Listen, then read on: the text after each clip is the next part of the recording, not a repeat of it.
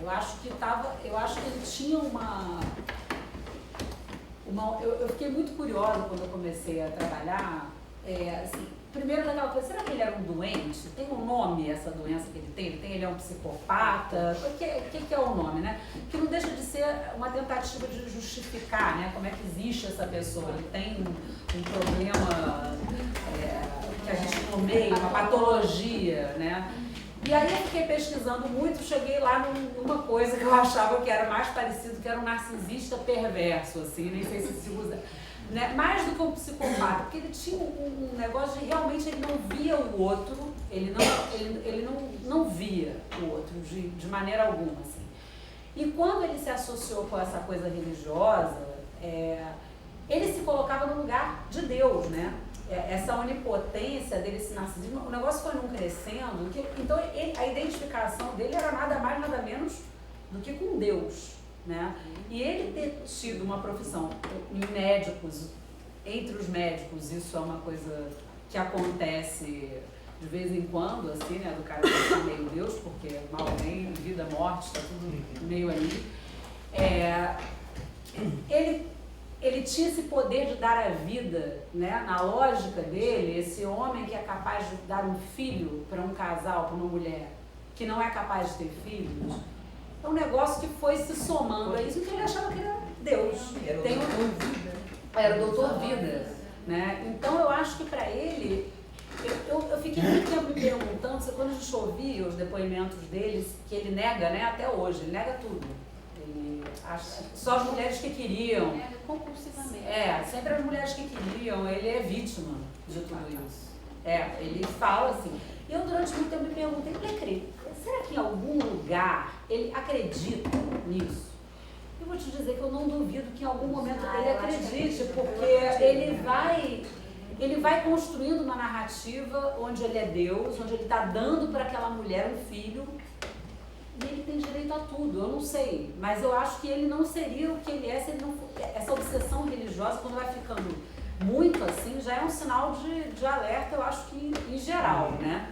E é muito comum esses caras que são abusadores ou assassinos, não sei o que, usarem desse expediente da religião, não só para mostrar para o outro que é bonzinho, mas para dizer para si mesmo, né? Que é pior. Eu acho que é um processo de também se perdoar, né? Quer dizer, sim, eu me justifico.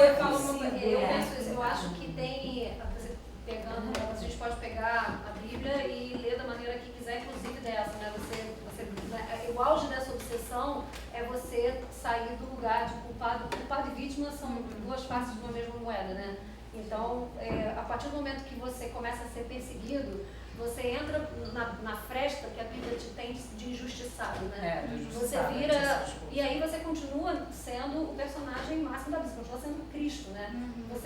Aí você se identifica com o personagem injustiçado máximo e você está carregando a cruz da perseguição. Ele fala isso. Ele depoimento dele fala isso, que Jesus também foi crucificado, etc. E aí com isso, assim, isso na verdade vira uma chave de entendimento para uma série de relações entre crime e castigo, né? Entre essas coisas que interessavam muito a gente, assim, por conta da religião. Eu escrevi alguns depoimentos do Roger também e fui obrigada a frequentar a igreja evangélica durante um tempo na minha infância, de maneira torturante, assim. Tive um ex-parente, né? Um ex-parente que um dia se achou pastor evangélico enfim, eu fui obrigada a ouvir muitas pregações, né?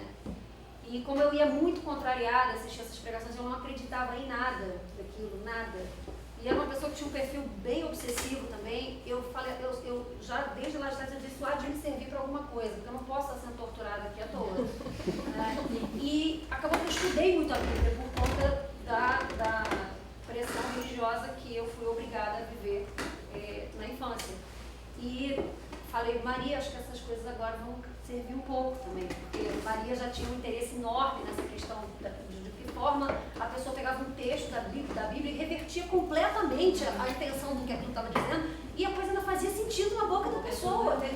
E aquilo era uma loucura. E no contexto que ela estava propondo, que era esse de encaixar, se você vai fazendo a correlação entre as peças do Lego, né, você vê que ele realmente está um personagem que é um coitado, né? E que muita gente compra esse personagem e você usa o discurso religioso para ser realmente uma vítima de um sistema que está todo contra você. Ele é sempre o eu, né, gente? Não tem o outro.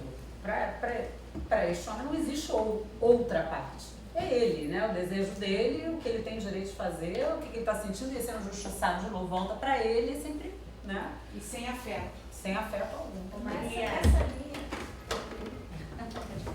Eu queria saber se no processo teve algum tipo de encontro dele com as vítimas fora da dinâmica do processo judicial, algum tipo de, enfim, Avaliação. algum tipo de enfim, algum Só no processo julgamento. Até onde a gente sabe só no julgamento. aspas aí, mas pois é, seria uma coisa interessante, né? Assim. E no julgamento ele diz que elas estão mentindo, ele faz o papel da vítima. Quer dizer, o único contato pós depois foi do certo, processo no ambiente judicial. Foi no ambiente judicial, eles nunca se encontram, até porque foi tomando uma aversão total, porque como a coisa teve até chegar no julgamento, enfim, foi uma loucura, um filme de terror para elas, até elas aceitarem a coragem de... Acho que uma coisa também que é super interessante que Maria, né, falou assim, poxa, como a gente está falando de uma história que tem a ver, todo feminismo, acho que o input aqui tinha sido o que tem a ver com o feminismo hoje e tal, todo feminismo herda as lutas pregressas, né? Tudo é soma, né? Da mesma forma que as personagens vão entrando em soma, né, as conquistas do feminismo também vão chegando em soma.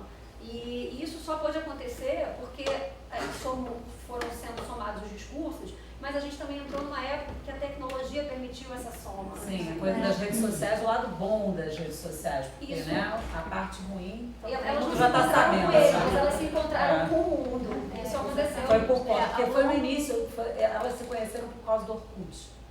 Uma soube do caso da outra por conta da internet. E aí, se não tivesse acontecido isso, talvez até tivesse uma encontrado a outra, porque tinha um advogado que conhecia de uma. Mas era uma coisa muito pequena. Elas não iam ter a força, porque realmente, quando virou um somatório, que eram tantas mulheres falando, foi só por causa da internet. Então, assim, também tem essa coisa do mundo... da convergência, que vai falando das somas, né? Então, esse espaço de encontro não aconteceu entre as partes que não se entendiam, né? Porque esse é um processo, quando você vê esse aprofundamento, uma narrativa que vai isolando e as pessoas vão se apegando a um discurso, até para conviver consigo próprio, né? E aí que se fala muito hoje disso, né? Por mais monstros que sejam, né? Alguns processos restaurativos passam por um processo de tomada de consciência do outro. Inclusive dele tomar consciência e delas também, da humanidade dele, né? Enfim, que é complexo, mas é um ser humano. Então, assim, eu não sabia, fiquei curiosa. Eu sempre tive muito problema com essa questão do monstro, né? A gente falou muito sobre isso. Essa questão da palavra monstro, porque quando você fala monstro, parece que é uma coisa que não é humana, portanto não diz respeito a nós, né? E eu acho que ele é um homem monstruoso, mas ele não é um monstro. O que há de monstruoso dentro dele, né? Tá ali explícito e vai ficando cada vez mais. Exato, mas tem essa desmedida, né, daquela coisa que vai crescendo, porque ele também não foi parado, né? Tem isso também. Né? Se você não é parado, você vai lá, ele teve uma primeira que ele fez não sei o quê, aí a mulher conta, o negócio, e o outro acredita, já desmobilizou um pouco, mas a questão é que não é assim que acontece, né? A gente já a gente nasce e cresce sendo estimulada a não contar, né, com vergonha, quando a gente sofre um assédio, e digo isso porque é difícil ter mulher que nunca sofreu nenhuma espécie de assédio, né, mais leve, óbvio, a gente está falando aqui, é isso, de novo, o extremo, né, mas quem não sofreu algum tipo de assédio só por ser mulher, em qualquer lugar, seja em casa, com a família e tal. Então a gente já tem uma vergonha de cara, então a tendência é já não falar, porque você está lidando com uma questão muito íntima, né? Então essas mulheres e todas as outras, né, são estimuladas a não falar nada.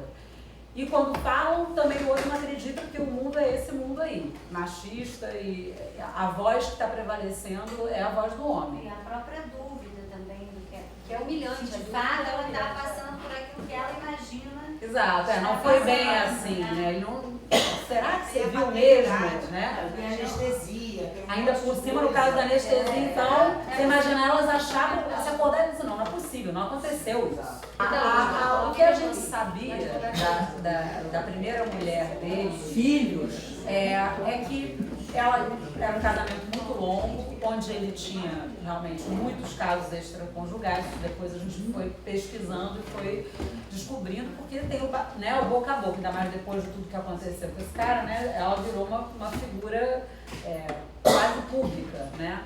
E que ela morreu realmente de câncer antes dele ser da coisa desmascarado publicamente, mas que foi quase ali junto. Né? A coisa, eles tentam esconder isso, a gente tentou fazer na série mesmo. Os filhos a gente construiu ficcionalmente, porque a gente sabia assim. Tem 2 filhos que trabalhavam na clínica com ele, então a gente manteve essas 2 figuras, mas do ponto de vista do desenvolvimento dos personagens é tudo ficcional. Mas o personagem da Elisa existiu também, ó, a repórter ajudou Ela também condensa. Também condensa 4, né, jornalistas. Uma série, porque foi um processo evolutivo também no jornalismo, então a gente condensou, é uma personagem importantíssima, porque também só uma jornalista que condensa todas, que no sentido de que entra pro jornalismo porque quer salvar o mundo, ela é jovem também, e ela por isso talvez não meça tantos esforços, às vezes até completamente descabidos, como você procurar o número de quem ligou numa montanha de papel, você ir num arquivo, coisa que quem é realmente, né, quem tem o sangue de jornalista e somado ao ímpeto da juventude, quando dá certo, tá uma loucura, né? Mas no caso real, teve uma que teve esse papel de começar a junção das vítimas ali. O que acompanhou na busca dele lá para o Paraguai foi um outro jornalista, a gente condensou e fez uma personagem. Agora, o perfil dele tem um quê de serial killer? Essa coisa de fazer, e não parar, e aí ninguém descobre, e ele segue ali.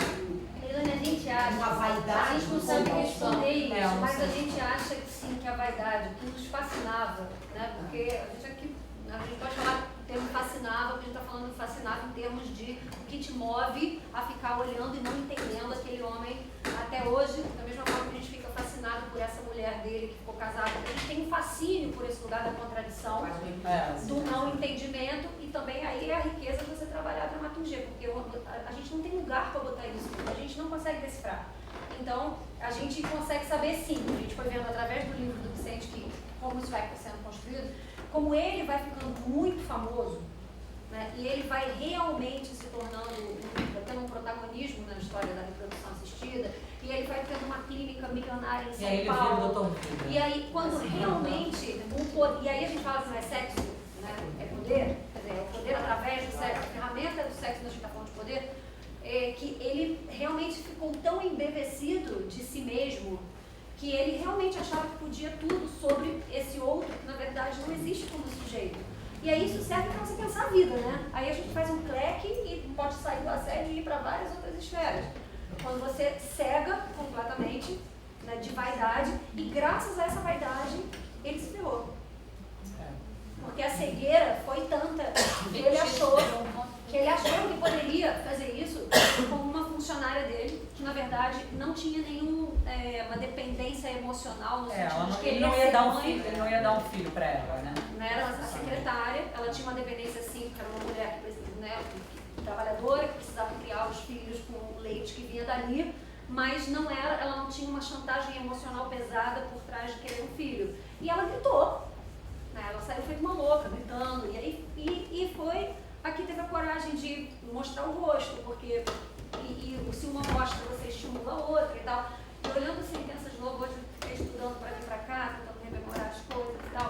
E a gente vê porque umas das coisas que elas são acusadas é por que voltaram aqui, por que não procuraram a justiça antes, quer dizer, tem todo tipo de dúvida a respeito do que você está falando. A palavra, ela não vale nada, é como se a palavra sua não valesse nada. E a Maria dizia isso, eu quero resgatar a força da palavra, a força da credibilidade do relato. Uma pessoa fala, isso tem valor, por mais que hoje esteja descreditado.